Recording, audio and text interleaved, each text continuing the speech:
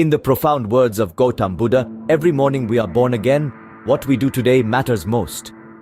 Picture a young prince named Siddhartha Gautama, born into a royal family in the verdant valleys of Lumbini, now located in present-day Nepal. His birth wasn't ordinary. It was prophesied that he would either become a great king or a renowned spiritual leader. His father, the king, wishing to secure his son's future as his successor, decided to provide Siddhartha with a life of unparalleled luxury. The palace walls were his world, a world that hummed with the rhythm of opulence and pleasure. His days were filled with music and laughter, games and grand feasts. He was tutored by the best scholars, learned the art of governance, the strategies of war, and the intricacies of diplomacy. He was groomed to be a king, a leader, a ruler. But Siddhartha's life wasn't just about learning and luxury. It was also about isolation. His father, in his attempt to shield him from the harsh realities of life, had created a bubble of bliss around him. The palace was a sanctuary, safe from the suffering and strife that lay beyond its walls. All this while, Siddhartha was unaware of the world outside his golden cage. He was oblivious to the pain, the poverty, the sickness, and the death that life outside the palace held in store. His existence was a beautiful illusion, a dream woven from silk and gold. Yet despite the allure of his gilded existence, Siddhartha felt a growing restlessness, a curiosity that the luxuries of the palace could not quench. He yearned for something more, something real. He yearned to break free from the confines of the palace, to experience life in all its raw, unfiltered beauty. His spirit, curious and uncontained, led him to venture beyond the palace walls. And it was this curiosity, this desire to understand the world, that would soon bring him face to face with the harsh realities of life. But the comforts of the palace could not contain his curious spirit, leading him to the first encounter with the harsh realities of the outside world.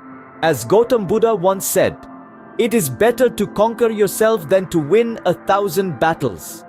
And indeed, his journey towards self-conquest began with a series of profound encounters that shook the very foundation of his princely existence. Siddhartha, as he was known before his enlightenment, was born into the lap of luxury, destined to be a ruler.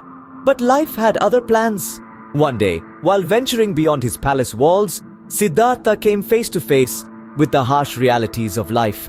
He encountered an old man, frail and hunched, his body bearing the weight of years. This was Siddhartha's first encounter with old age, a stark contrast to the eternal youth that his sheltered life had promised.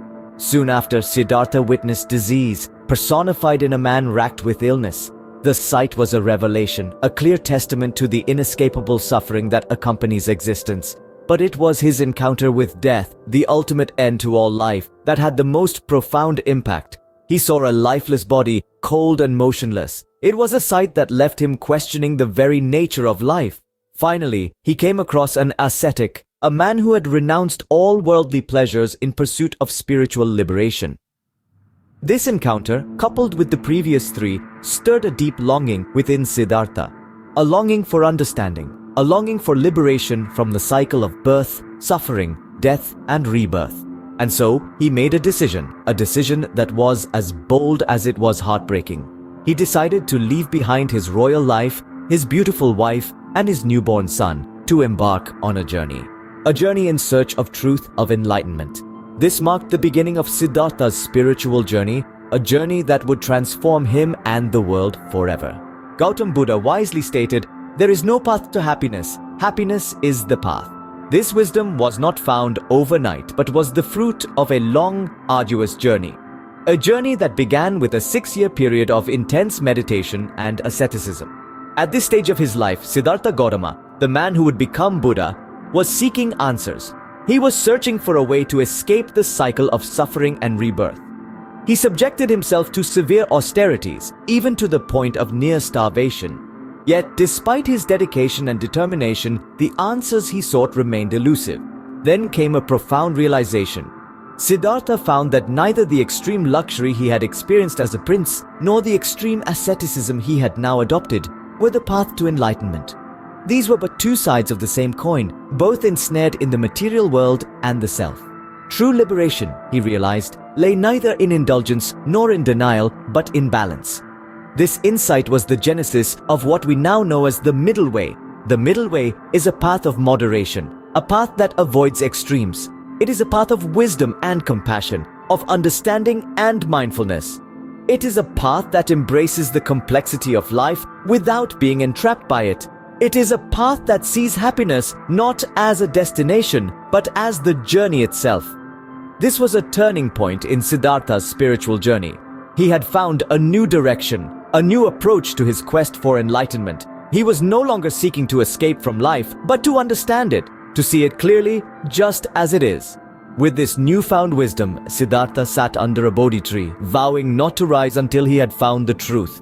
In Buddha's words, no one saves us but ourselves. No one can and no one may. We ourselves must walk the path. Imagine Siddhartha Gautama, a prince turned ascetic, seated in unwavering meditation beneath the sheltering branches of the Bodhi tree. 49 days and nights he sat there, his mind delving deeper into the mysteries of existence with each passing moment. His body was frail, his spirit tested, but his determination was unyielding. In the quiet solitude of his meditation, Siddhartha's mind began to unfold the profound truths of life.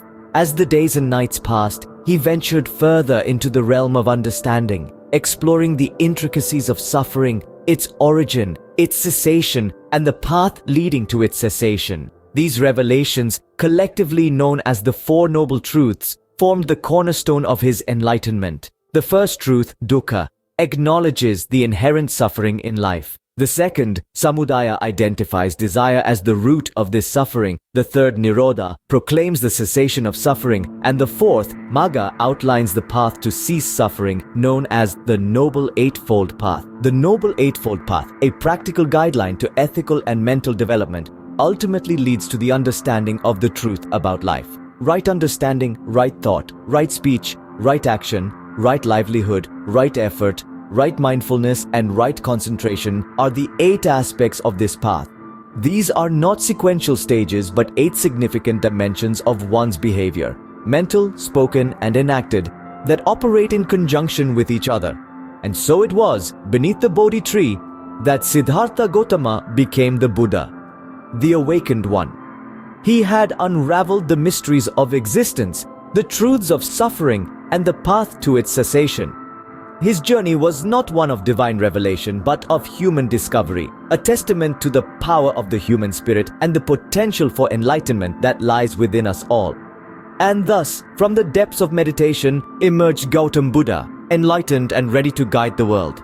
As Buddha once said, thousands of candles can be lighted from a single candle, and the life of the candle will not be shortened. Happiness never decreases by being shared.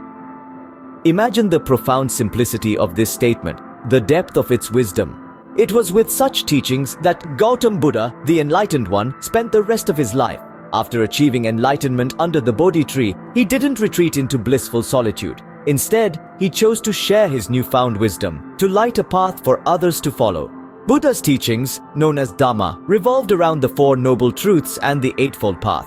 He taught that life is filled with suffering, but this suffering stems from our desires.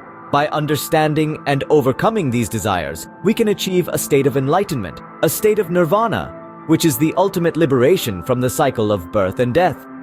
His teachings were not just philosophical, they were practical, aimed at guiding individuals towards a life of morality, mindfulness, and wisdom. They were lessons in compassion, in kindness, in understanding the interconnectedness of all beings. As he journeyed through ancient India, from town to town, his message spread. He touched the lives of kings and beggars, scholars and farmers, men and women. His followers grew, and with them, the seeds of Buddhism were sown. Today, Buddhism isn't just a religion, it's a way of life, a philosophy followed by millions across the globe. Buddha's legacy is not just in the scriptures or the monasteries, but in the hearts and minds of those who seek to walk the path he illuminated. It's in the spirit of compassion, of non-violence, of mindful living that his teachings inspire. It's in the quest for truth, the pursuit of wisdom, the desire to lead a meaningful life. And so, the spiritual journey of Gautam Buddha continues to inspire and guide millions around the world, a beacon of wisdom and peace in our turbulent times.